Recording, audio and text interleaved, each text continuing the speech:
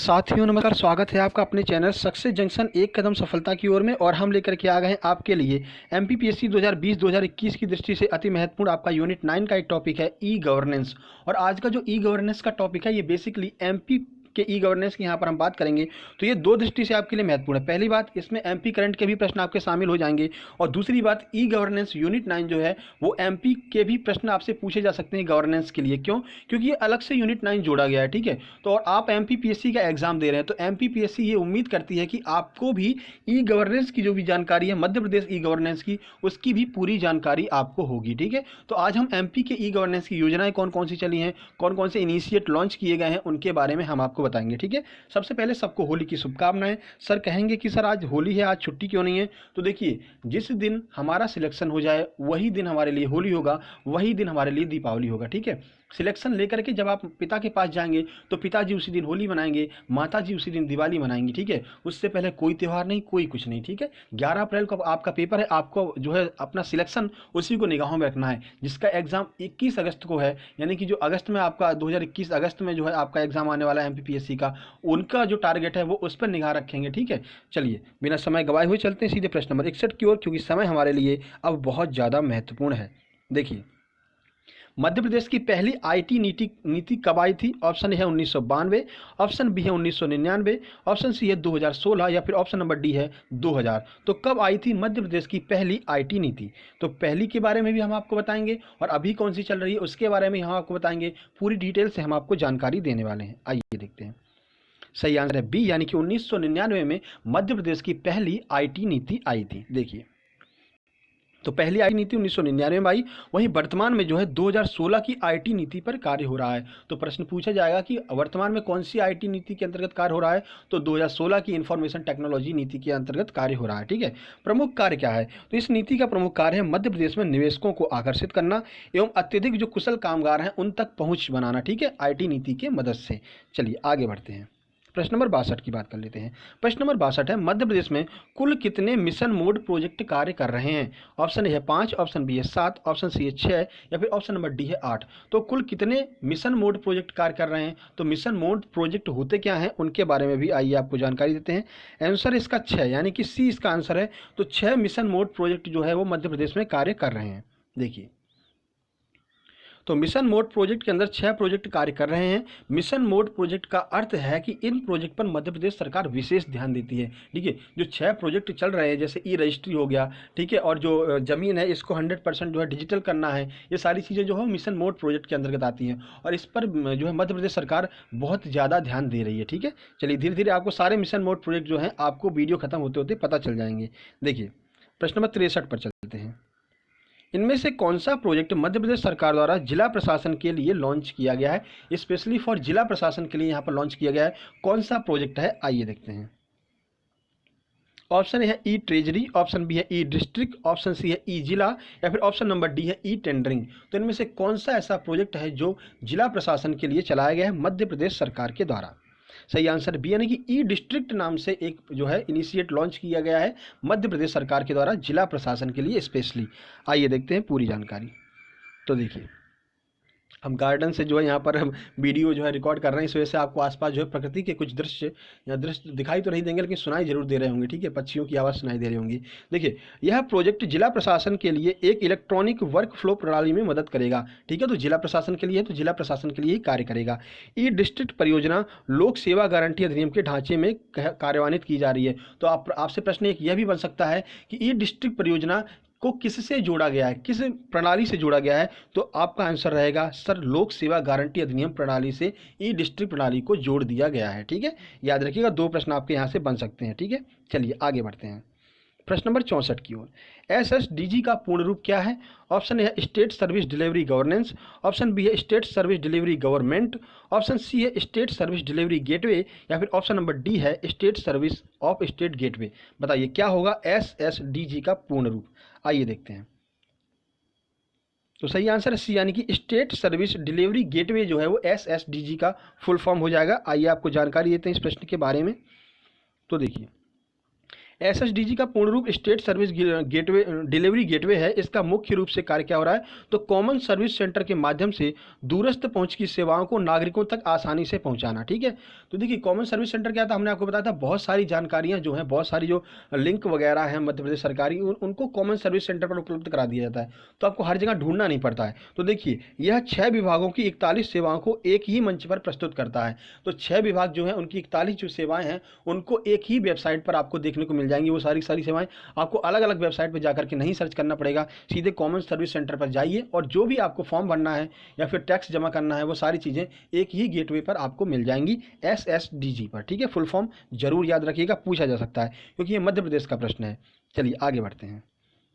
देखिए इनमें से कौन सा प्रोजेक्ट मध्य प्रदेश के मिशन मोड प्रोजेक्ट में शामिल है। ऑप्शन ए है ई ट्रेजरी, ऑप्शन बी है लैंड रिकॉर्ड, ऑप्शन सी है एसएसडीजी या फिर ऑप्शन नंबर डी है उपरोक्त सभी। आइए देखते हैं इसका आंसर क्या है, फिर आपको इन सब के बारे में जानकारी देते हैं। क्या है ई ट्रेजरी, क्या है लैंड रिकॉर्ड, आइए देखते हैं। सही आंसर है डी यानी कि उपरोक्त सभी। ये सारे के सारे जो आपको दिए हैं ऑप्शन, ये सभी जो है मध्य प्रदेश के मिशन मोड प्रोजेक्ट के अंतर्गत शामिल हैं। देखिए तो उपरोक्त सभी प्रोजेक्ट मध्य प्रदेश के मिशन मोड प्रोजेक्ट के अंतर्गत कार्य कर रहे हैं। ई ट्रेजरी क्या है, तो ई ट्रेजरी प्रदेश की वित्तीय व्यवस्था को डिजिटल बनाने के लिए, ठीक है, जैसे टैक्स वगैरह जो है मध्य प्रदेश सरकार का भरा जाता है उसको डिजिटल बनाने के लिए है। लैंड रिकॉर्ड की बात करते हैं तो 100% भूमि को डिजिटलीकरण करने के लिए, यानी कि जो भी आपके पास में ज़मीन है उसको नेट पर प्रोवाइड करा दिया जाएगा, मतलब कि उसकी जानकारी जो है, जो पहले लोग अपने घरों पर जो है कागज़ वागज रखते थे, मान लीजिए चूहा ने काट लिया, आप कागज़ खराब हो गया, आप क्या करें, वो सारी चीज़ें अब आपकी टेंशन खत्म हो जाएगी। अब सारी जो भी लैंड रिकॉर्ड होंगे वो आपके नेट पर मिल जाएंगे, मध्य प्रदेश सरकार की वेबसाइट पर आपको मिल जाएंगे। ठीक है, तो ये मिशन मोड प्रोजेक्ट के अंतर्गत है सारी चीज़ें। चलिए आगे बढ़ते हैं, प्रश्न नंबर 66 की ओर चलते हैं।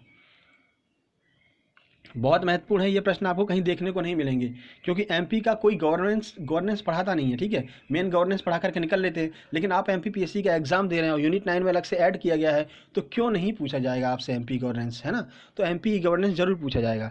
चलिए, मध्य प्रदेश खाद्य एवं नागरिक आपूर्ति मंत्रालय द्वारा इनमें से कौन सी परियोजना चालू की गई है। ऑप्शन ए है ई उपार्जन परियोजना, ऑप्शन बी है मनरेगा सॉफ्ट, ऑप्शन सी है एमपी टास्क या फिर ऑप्शन नंबर डी है इनमें से कोई नहीं। और ये तीनों परियोजना जो हैं वो भी आपके मिशन मोड प्रोजेक्ट के अंतर्गत आएंगी। देखिए सही आंसर है ए यानी कि ई उपार्जन परियोजना चालू की गई है। क्यों चालू की गई है आइए आपको बताते हैं। तो देखिए, राज्य के किसानों के लिए एकीकृत डेटाबेस को विकसित कराने हेतु मध्य प्रदेश सरकार के द्वारा ई उपार्जन परियोजना का शुभारंभ किया गया है। यह परियोजना खाद्य एवं नागरिक आपूर्ति मंत्रालय द्वारा चालू की गई है। तो मंत्रालय जरूर याद रखिएगा, ई उपार्जन परियोजना किसके द्वारा चालू की गई, किस मंत्रालय के द्वारा पूछा जा सकता है आपसे, तो आपको बताना है कि खाद्य एवं नागरिक आपूर्ति मंत्रालय द्वारा चालू की गई है। अब ये करेगा क्या, तो एमएसपी पर राज्य की खरीदी को बेहतर बनाना। जो एमएसपी मूल्य पर राज्य जो है सामान खरीदता है, जो भी आपसे अनाज वगैरह खरीदता है, तो उस प्रणाली को जो है बेहतर बनाने के लिए चालू की गई है। बेसिकली जो है ये कृषि विभाग से संबंधित है। ठीक है, ये याद रखिएगा, आप किसानों के लिए चालू की गई है ये परियोजना ई उपार्जन। चलिए आगे बढ़ते हैं, प्रश्न नंबर 67 की ओर चलते हैं। प्रश्न नंबर 67 क्या है, तो मध्य प्रदेश की जनजातियों को विभिन्न योजना तक पहुंच उपलब्ध कराने हेतु मध्य प्रदेश सरकार द्वारा कौन सी योजना लॉन्च की गई है। आपको पता है मध्य प्रदेश में सबसे ज़्यादा जनजातियां पाई जाती हैं, तो उन जनजातियों को ऑनलाइन माध्यम से चीज़ें उन तक उपलब्ध कराने के लिए कौन सी परियोजना चालू की गई है। ऑप्शन ए है एमपी ट्राइबल, ऑप्शन बी है एमपी टास्क, ऑप्शन सी है एमपी पास या फिर ऑप्शन नंबर डी है इनमें से कोई नहीं।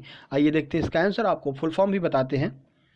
सही आंसर बी यानी कि एमपी टास्क को चालू किया गया है जनजातियों तक पहुंच बनाने के लिए डिजिटल माध्यम से। आइए एमपी टास्क की आपको फुल फॉर्म बताते हैं।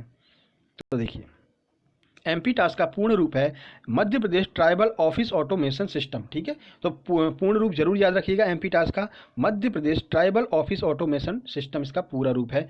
मध्य प्रदेश की जनजातियों को विभिन्न योजनाओं तक पहुंच उपलब्ध कराने के लिए ये योजना चालू की गई है एमपी टास्क के नाम से। चलिए आगे बढ़ते हैं, और किस विभाग ने चालू की वो हमने आपको प्रश्न में ही बता दिया है। मध्य प्रदेश पंचायत एवं ग्रामीण विकास विभाग द्वारा मनरेगा के सभी लाभार्थियों को ऑनलाइन भुगतान करने हेतु कौन सा प्रोग्राम लॉन्च किया गया है। ऑप्शन ए है एमपी मनरेगा, ऑप्शन बी है मनरेगा सॉफ्ट, ऑप्शन सी है मनरेगा एडवांस या फिर ऑप्शन नंबर डी है नरेगा 24। आइए देखते हैं, सही आंसर है बी यानी कि मनरेगा सॉफ्ट नाम से एक परियोजना चालू की गई है मध्य प्रदेश पंचायत एवं ग्रामीण विकास विभाग के द्वारा। देखिए पूरी जानकारी आपको देते हैं इस प्रश्न के बारे में। देखिए ये जो प्रश्न होते हैं ना, ये कुछ कठिन प्रश्न होते हैं, यही प्रश्न जो होंगे वो आपके एग्जाम में जो है कंपटीशन क्रिएट करेंगे। बाकी सिंपल प्रश्न तो लोगों को पता ही होगा, है ना। तो मध्य प्रदेश पंचायत एवं ग्रामीण विकास विभाग द्वारा मनरेगा के सभी लाभार्थियों को ऑनलाइन भुगतान करने हेतु मनरेगा सॉफ्ट परियोजना लॉन्च की गई है और इसे डीबीटी से भी जोड़ दिया गया है। अब डीबीटी का फुल फॉर्म पूछा जा सकता है, तो डायरेक्ट बेनिफिट ट्रांसफर इस डीबीटी का फुल फॉर्म होता है, यानी कि मनरेगा के जो भी कर्मचारी हैं उनके डायरेक्ट अकाउंट में उनका जो है पैसा पहुंच जाएगा, डेली जो भी काम करेंगे वो, ठीक है। तो उसके लिए चालू की गई है ये परियोजना। आगे बढ़ते हैं।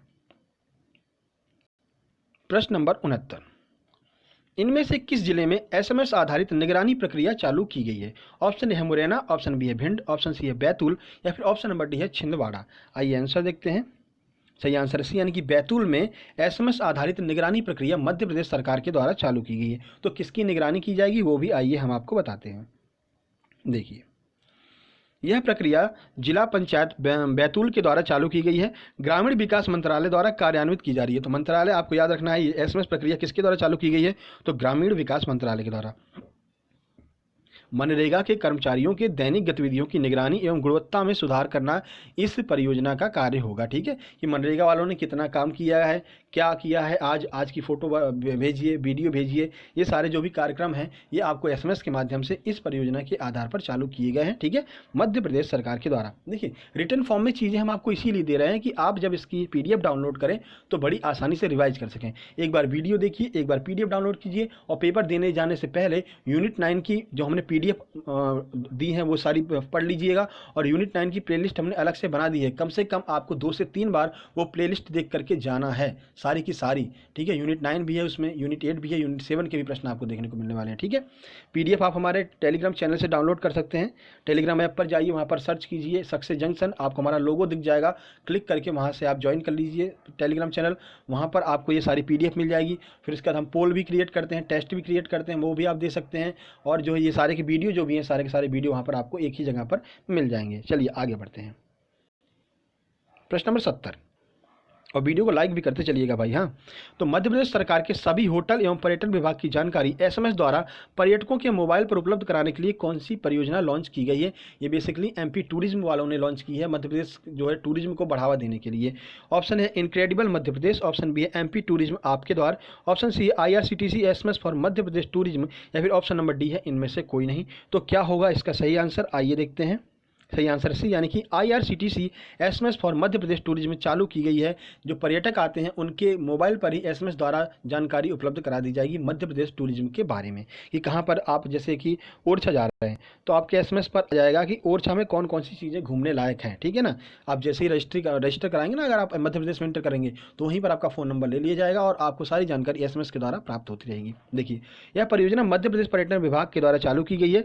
इस परियोजना के द्वारा ग्राहकों को एमपी के सभी होटल के बारे में उचित जानकारी एसएमएस के द्वारा प्रदान कर दी जाएगी, ठीक है। मतलब कि जैसे ही आपने ओरछा में एंटर किया, ठीक है, तो आपके लोकेशन के माध्यम से उनके पास मैसेज पहुंच जाएगा एमपी टूरिज्म के पास में कि ये पर्सन ओरछा में है। फिर आपके पास में जितनी भी ओरछा में जितने भी होटल होंगे वो सारी जानकारी आपको दे दी जाएगी, जितनी भी घूमने लायक चीज़ें होंगी वो सारी जानकारी एसएमएस के माध्यम से आपके पास पहुंचा दी जाएगी। ये इनिशिएट मध्य प्रदेश सरकार के द्वारा चालू किया गया है। तो अगर वीडियो आपको पसंद आई हो, वीडियो को लाइक कर दीजिए, दोस्तों के पास शेयर कर दीजिए, चैनल को सब्सक्राइब जरूर कर दीजिए और नोटिफिकेशन बेल जरूर दबा लीजिए, क्योंकि ऐसी ही वीडियो आपको आगे भी देखने को मिलने वाली हैं। सुबह हमने करंट अफेयर की बेहतरीन वीडियो मतलब कि अपलोड की है और इसमें भी हमने आपको एमपी के 3 से 4 प्रश्न करंट के कराए हैं, ठीक है। तो जरूर देखिएगा, वो वीडियो भी बहुत महत्वपूर्ण है, क्योंकि एमपी का करंट आपके लिए भी महत्वपूर्ण हो सकता है, साथ ही साथ में अन्य जो करंट अफेयर के प्रश्न बन सकते हैं यूनिट 8 के, वो भी आपके लिए महत्वपूर्ण हो सकते हैं। और आज शाम को 4 बजे हम आपके लिए लेकर के आने वाले हैं मानव शरीर विज्ञान यूनिट 7 का टॉपिक है। सारे ऑब्जेक्टिव आपको डिटेल जानकारी के साथ क्लियर कराएंगे, ठीक है। तो जल्द ही मिलते हैं शाम को 4 बजे, तब तक के लिए नमस्कार, धन्यवाद।